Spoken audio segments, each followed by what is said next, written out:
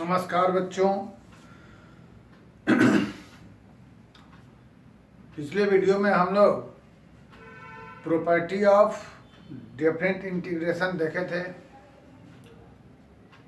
और हमें मिसलेनियस देखना था, लेकिन अभी हम स्टार्ट करने जा रहे हैं एरिया ऑफ कर्व।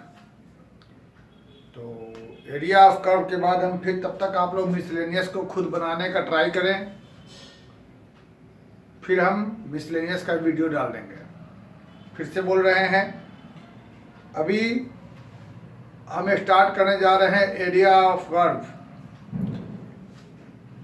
किसी कर्व का एरिया कैसे निकालते हैं इंटीग्रेशन की मदद से, तो अभी हम इसे बताने जा रहे हैं।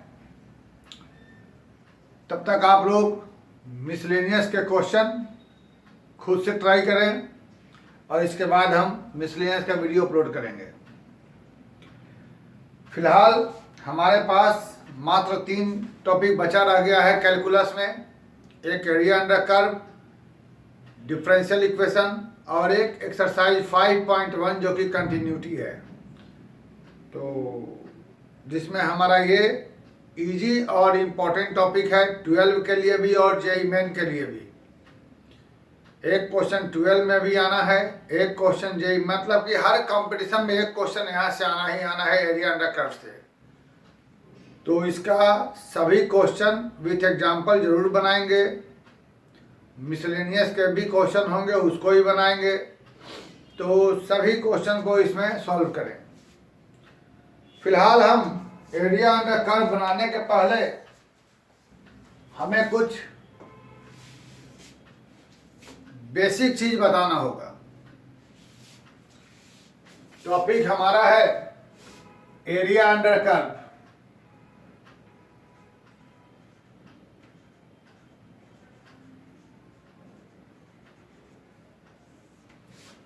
Area under curve, find the area of curve by integration। तो ये भी अच्छा टॉपिक है। एक्सरसाइज हमारा 8.1 एंड 8.2 होगा इसमें, लेकिन वहां जाने के पहले हमें कुछ चीज को एक बार देख लेना होगा। जैसे सर्कल, जिससे कि तुम लोगों को समझने में सहूलियत रहेगी। ये इक्वेशन हमारा सर्कल का होगा, जिसमें H और K हमारा सेंटर हो जाएगा और R हमारा रेडियस। एग्जाम्पल में ये हो गया, तो इसको हम इस फॉर्म में लिखते हैं। वह कैसे?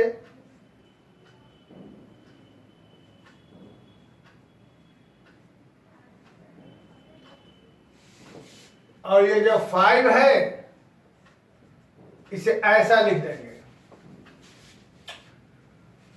तब इस सर्किल का सेंटर हमें हो जाएगा 0 और -2,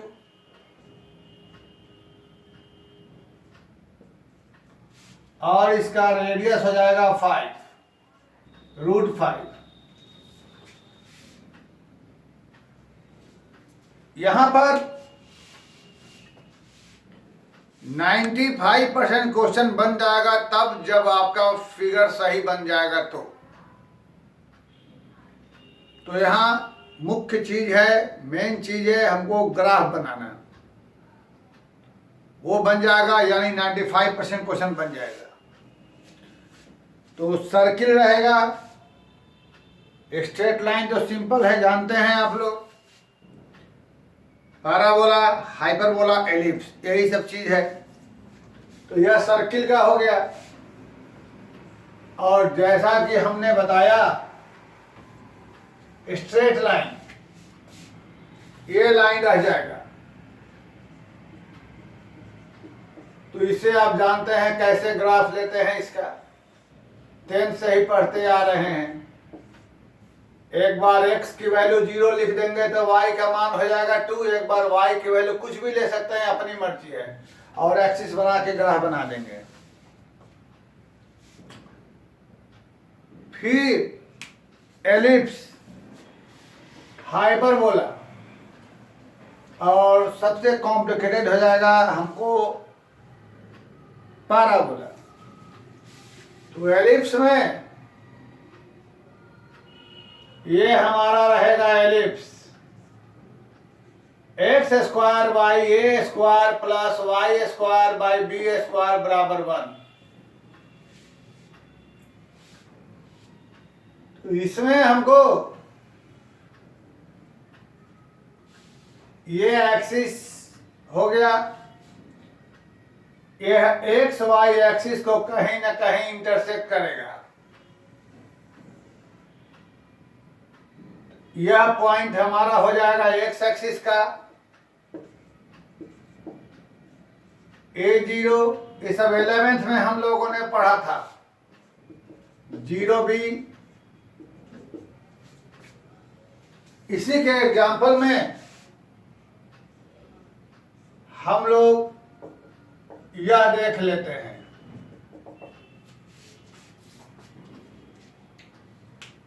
तो मान लो कि इसका हमें ग्राफ लेना है, तो ये तो फंडा याद रहे या ना रहे उससे मतलब नहीं है, हम लोग खुद से भी ड्रॉ कर सकते हैं, बिना रूल के, बिना फंडे के, कॉमन सेंस। 1 2 3 4, 1 2 3 4 5, 1 2 3 4, 1 2 3 4 5। बहुत मामूली चीज। एक्स एक्सिस को यह कहीं ना कहीं ग्राफ इंटरसेक्ट करेगा, तो जहां भी एक्स एक्सिस को करेगा वहां y का मान 0 होगा। तो y के वैल्यू यदि हम 0 रख देंगे इसमें, तो हमारे पास क्या हो जाएगा, बराबर 1, यानी एक्स स्क्वायर बराबर 16, यानी एक्स बराबर प्लस माइनस 4। या एक्स एक्सिस को +4 और -4 पे इंटरसेक्ट करेगा। वैसे ही y एक्सिस को कहाँ इंटरसेक्ट करेगा, जहां x की वैल्यू 0। अगर हम इसमें x की वैल्यू 0 पुट कर दें तो यहाँ 0 हो जाएगा, तो y स्क्वायर 25 बराबर 1, y स्क्वायर बराबर 25, यानी y बराबर +-5। यह यहाँ करेगा और यहाँ करेगा,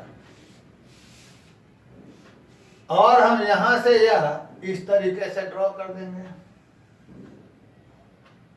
ध्यान रहे यह सर्कुलर नहीं बनेगा, ये एलिप्टिकल बनेगा, अंडे की तरह का, ये आप लोग जानते हैं। ऐसे भी हम देखें तो a स्क्वायर की जगह 16 है, यानी a का मान +-4, तो +4 -4 देखिए आ गया यहाँ पर। और b स्क्वायर की जगह 5 है, तो b का मान 5, यानी यहाँ हो जाएगा +5 -5, यही हमको आया था। मेन हमको ये ध्यान रखना है, a स्क्वायर 16, यानी a का मान 4, तब 4 0 -4 0। b स्क्वायर का मान 25, यानी b का मान 5, तो यहाँ पर क्या हो जाएगा, 0 5 0 -5 0 5, ये हमको ग्राफ बन जाएगा इससे। तो यह हुआ एलिप्स। फिर एक आ जाएगा हाइपरबोला। हाइपरबोला में हमारे पास 2 केस रहेगा। एलिप्स भी 2 केस है, लेकिन एलिप्स में सिंपल चीज है कि हमें इक्वेशन दोनों का सेम है, सिर्फ a और b पर डिपेंड करेगा। हाइपरबोला ऐसा हो जाएगा, और एक हाइपरबोला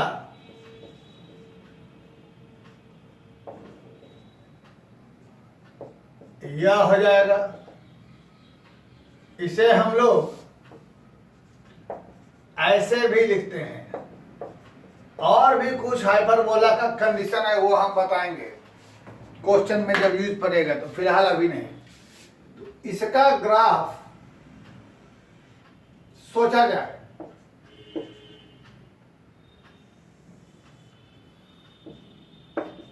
हम लोगों ने पढ़ा था 11th में,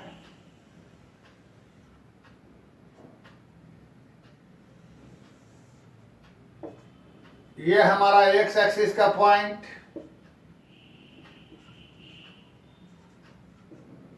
और ये वाई एक्सिस पर 0 बी ए वाला,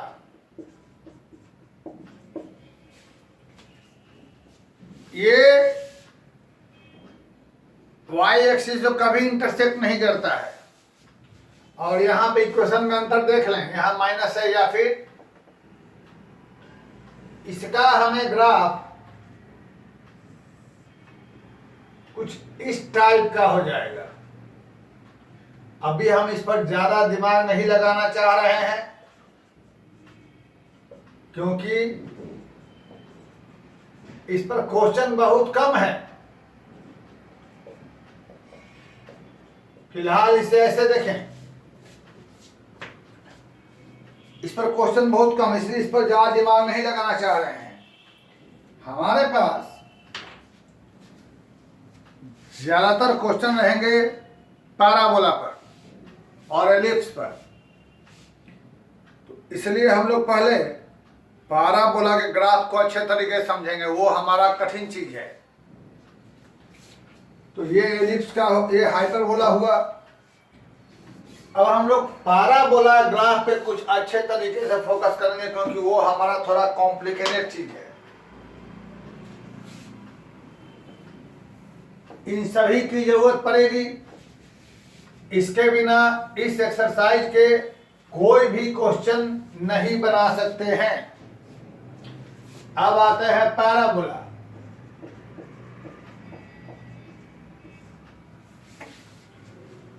पैराबोला जैसा कि हम जानते हैं 4 तरीके का होता है। नंबर 1, एक पैराबोला हमारा ऐसा हो जाए,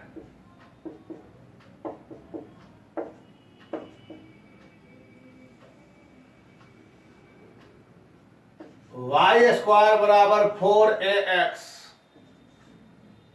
नंबर 2, अगला पैराबोला हमारा इस तरीके का हो जाए, वाई स्क्वायर बराबर -4ax। नंबर 3, अगला पैराबोला हमारा ऐसा हो जाए,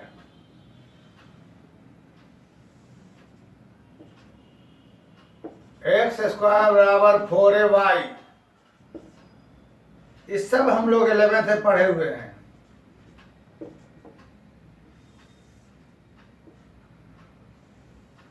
इसके बारे में थोड़ा सा बात भी कर लेते हैं। जैसे फर्स्ट और सेकेंड पैराबोला को कहते हैं symmetric about x axis, y पर स्क्वायर है, तो पॉजिटिव वाई और निगेटिव वाई के लिए एक्स हमेशा इधर पॉजिटिव रहेगा, वाई स्क्वायर। पॉजिटिव वाई रखें, निगेटिव वाई रखें, हमेशा पॉजिटिव इधर रहेगा। इसे कहते हैं दोनों सिमेट्रिक अबाउट एक्स एक्सिस, और ये कहलाता है ओपन राइट वार्ड्स, ये ओपन लेफ्ट वार्ड्स, क्योंकि वाई पॉजिटिव हो निगेटिव हो, माइनस होने से एक्स हमेशा निगेटिव हो जाएगा। Symmetric about x axis, open rightwards, open leftwards. Symmetric about y axis, जैसा वाई के लेफ्ट में है वैसा ही राइट वाई के राइट में है, सिमेट्रिक अबाउट वाई एक्सिस। जैसा ये हमारा लेफ्ट में है राइट में है, सिमेट्रिक अबाउट वाई एक्सिस, ये कहलाएगा ओपन अपवर्ड्स और यह ओपन डाउनवर्ड्स। अब हम तुम्हें सिंपल सा तो पैराबोला इसी पर बन जाएगा, लेकिन कुछ कॉम्प्लिकेटेड पैराबोला कैसे बनेगा उसका है जो तुम्हारे किताब में है, मैं उसी का ग्राफ तुम्हें बना के दिखाता हूँ, ज़रा बेटर फील होगा। जैसे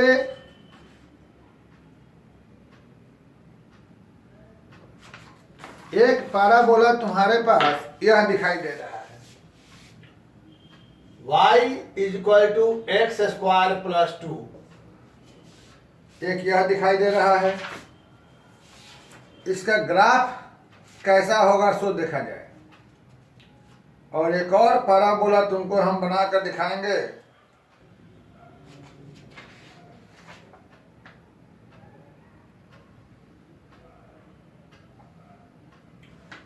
चलो एक हम इसमें नहीं दिखाई दे रहा है एनसीईआरटी में, लेकिन हम तुम्हें उसे अपनी तरफ से बनाकर दिखाएंगे।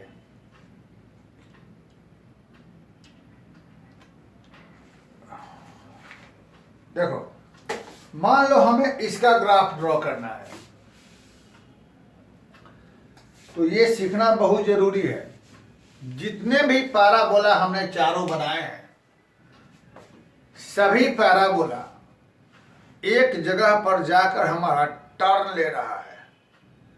जैसे ये पैराबोला टर्न यहाँ लिया, यह भी टर्न लिया, यहाँ टर्न लिया, तो जहाँ टर्न लेता है वो कहलाता है वर्टेक्स। और इस सब में एक फोकस होता है A0, this is your focus A, यही A है, फोकस कहलाएगा। तो यहाँ आ जाएगा -A, यहाँ 0A, यहाँ 0 -A।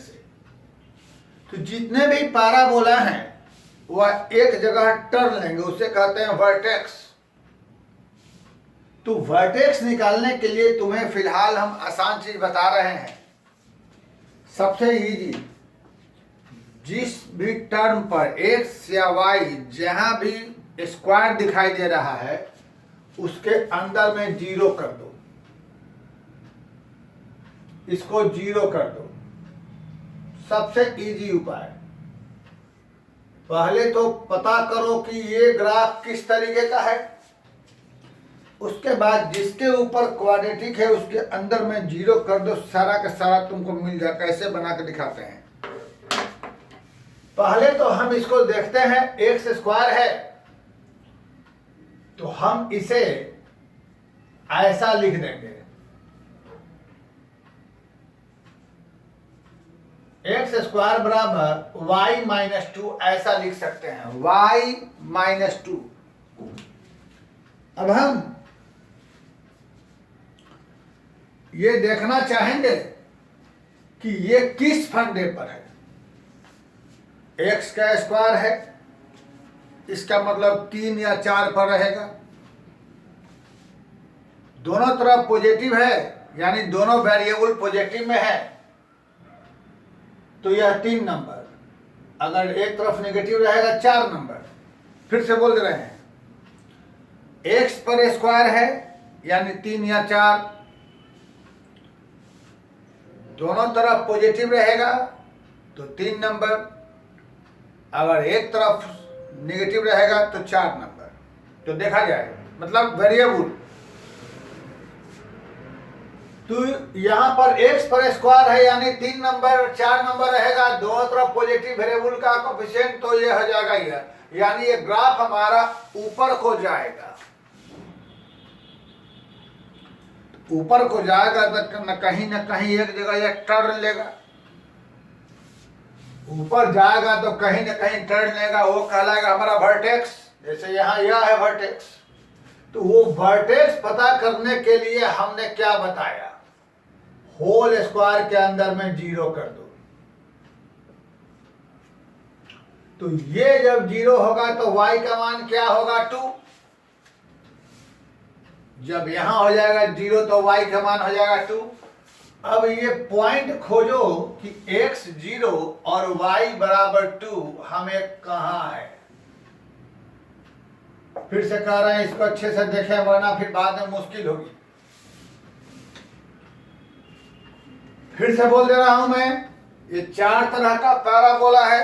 y पर स्क्वायर रहेगा फर्स्ट और सेकंड, x पर स्क्वायर रहेगा थर्ड एंड फोर्थ, y पर स्क्वायर रहेगा दोनों तरफ पॉजिटिव फर्स्ट नंबर, y पर स्क्वायर रहेगा किसी एक तरफ साइन चेंज रहेगा सेकंड नंबर, x पर स्क्वायर रहेगा थर्ड और फोर्थ, दोनों तरफ पॉजिटिव थर्ड एक तरफ नेगेटिव फोर्थ।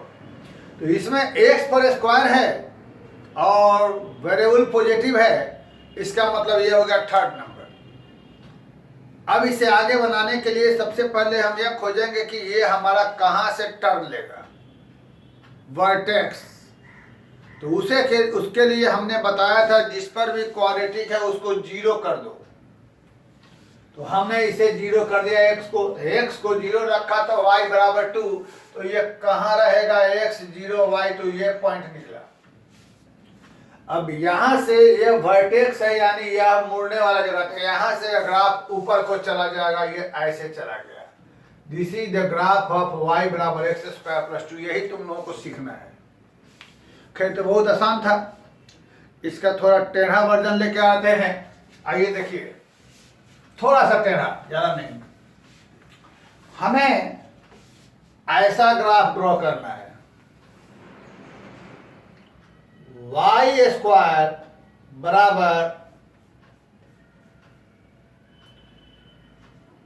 x बराबर y square minus 2 plus 2y, ये रहा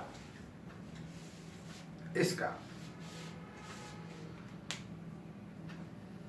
ये भी पैराबोला है। तो इसके ग्राफ के लिए हम जो बता रहे हैं वो सुने। सबसे पहले x और y जिस पर भी क्वाड्रेटिक है उसे परफेक्ट स्क्वायर बनाओ। x या y जिस पर भी क्वाड्रेटिक है उसको बनाओ परफेक्ट स्क्वायर। y पर क्वाड्रेटिक है उसे बनाया जाए परफेक्ट। इसको थोड़ा सा और टेढ़ा कर देते हैं, हम इसको ऐसा बनाते हैं, जरा बेटर रहेगा, थोड़ा कॉम्प्लिकेटेड। अब इसे कैसे बनाएंगे? जिस वेरिएबल का पावर 2 है तो हाईएस्ट पावर का कोफिशिएंट को पॉजिटिव रखा जाए। फिर से बोल रहा हूं मैं, x और y जिस पर भी स्क्वायर है, जिस वेरिएबल पर स्क्वायर है, यानी स्क्वायर वाले वेरिएबल के कोफिशिएंट को पॉजिटिव करना है।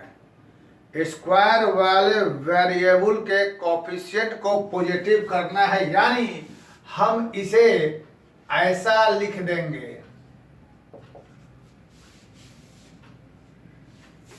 दोनों तरफ माइनस से मल्टीप्लाई कर दिया। अब जिस पर क्वाड्रेटिक है उसे परफेक्ट स्क्वायर बनाओ। ये तुम लोग बहुत समय से पढ़ रहे हो। अब ये हो जाएगा y माइनस 1, और यहां से इसके साथ माइनस नहीं रहना चाहिए। वेरिएबल का कोफिशिएंट हमेशा पॉजिटिव रहना चाहिए। फिर से बोल दे रहे हैं, सबसे पहली बात कि जिस टर्म पर क्वाड्रेटिक है उसका कोफिशिएंट पॉजिटिव, उसके बाद इसे परफेक्ट स्क्वायर बनाना, फिर उसके बाद वेरिएबल का कोफिशिएंट हमेशा पॉजिटिव रहना। अब सोचो कि ये कौन से फंडे को फॉलो कर रहा है, थोड़ा और बता देते हैं। इस y माइनस 1 को कैपिटल Y, x माइनस 1 को कैपिटल X, तो ये हमारा क्या बन गया? हमने देखा ये हमारा इस फंडे को फॉलो किया, इसको हमने मान लिया y, इसे मान लिया x, तो ये बन गया हमारे पास ऐसा, यानी ये हमारे पास इस फंडे को फॉलो किया। अब ये हमने देखा कि ये ग्राफ हमारा कुछ ऐसे टर्न लेगा, इस तरीके से टर्न लेगा, इस तरीके से टर्न लेगा। तो ऐसे टर्न लेगा तो कहीं ना कहीं ग्राफ हमारा वर्टेक्स मिलेगा। अब जो हमने बताया था कि इसका वर्टेक्स क्या होगा वो पता किया जाए, कहां से ग्राफ टर्न लेगा। उसके लिए हमने बताया था होल स्क्वायर को जीरो कर दो। ये वाला कब जीरो होगा, और जब यह जीरो होगा उस समय x का मान क्या रहेगा।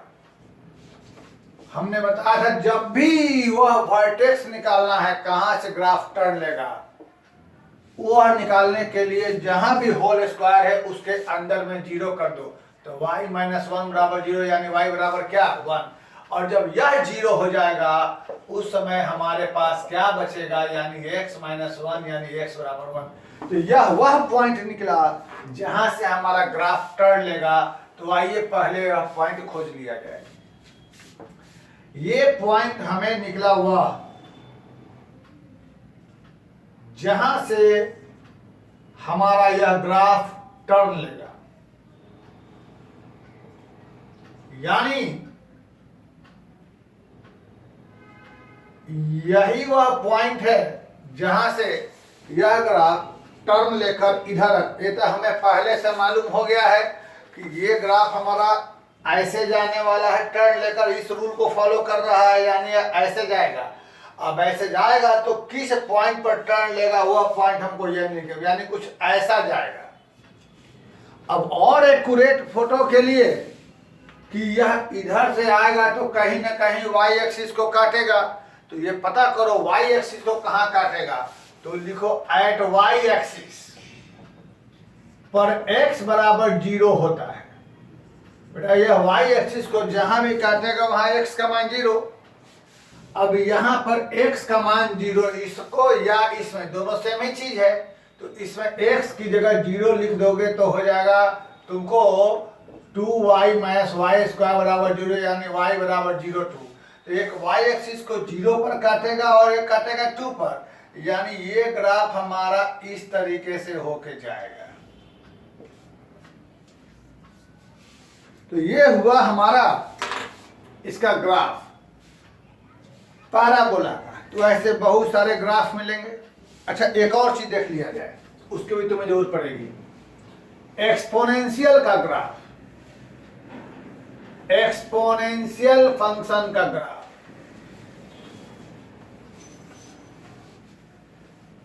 जैसे कभी तुम्हें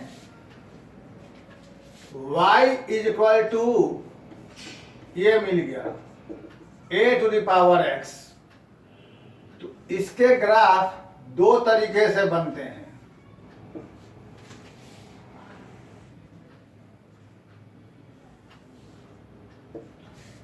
एक ग्राफ इसका ये बन जाएगा और एक ग्राफ इसका ये बन जाएगा। ये तब होता है जब a ग्रेटर देन 1, और यह तब होता है जब हमारे पास a less than 1 greater than 0। इससे ज्यादा फंक्शन में पढ़े हुए हैं, यानी y बराबर e to the power x, y बराबर 2 to the power x, 3 to the power x, 10 to the power, सबका ग्राफ यही रहेगा। इसी टाइप का रहेगा। कैसा भी कोई भी पूछे इसमें से ऐसा ही ड्रॉ कर देना है। हाँ, अगर एक ही एक्सिस पर दो ग्राफ है, 2 का पावर x और 10 का पावर x पूछेगा तब उसको बनाने में थोड़ा कॉम्प्लिकेशन होगा, उसकी अभी जरूरत नहीं, हम फिर बताएंगे। इसमें से कोई भी ग्राफ कहेगा ऐसे बना देना है, लेकिन एक ही जगह कहेगा कि 2 का पावर x भी बनाओ और 10 का पावर x, तो वो थोड़ा सा अलग है, थोड़ा कॉम्प्लिकेटेड है, उसको बताया जाएगा। फिलहाल हम इसी में बताएंगे इन क्वेश्चन। और ये हमको हो जाएगा y बराबर 1/2 का पावर x, या y बराबर 1/3 का पावर x, या y बराबर 1/10 का पावर x। ये सब इसका है, तो इसकी भी जरूरत पड़ेगी। तो ये ग्राफ हमारा है, इसको आप लोग अच्छे तरीके से एक बार देख लें, और कुछ डिफरेंस बुक में यदि पैराबोला टाइप का क्वेश्चन होगा तो उसका ग्राफ को खुद से कुछ बनाने का ट्राई करें, फिर हम क्वेश्चन लेके अगले वीडियो में आते हैं। मगर इसको देखें, इसके बिना क्वेश्चन नहीं बनेगा, मतलब नहीं बनेगा। बाकी हम अगले वीडियो में लेके आते हैं। तब तक के लिए थैंक यू वेरी मच।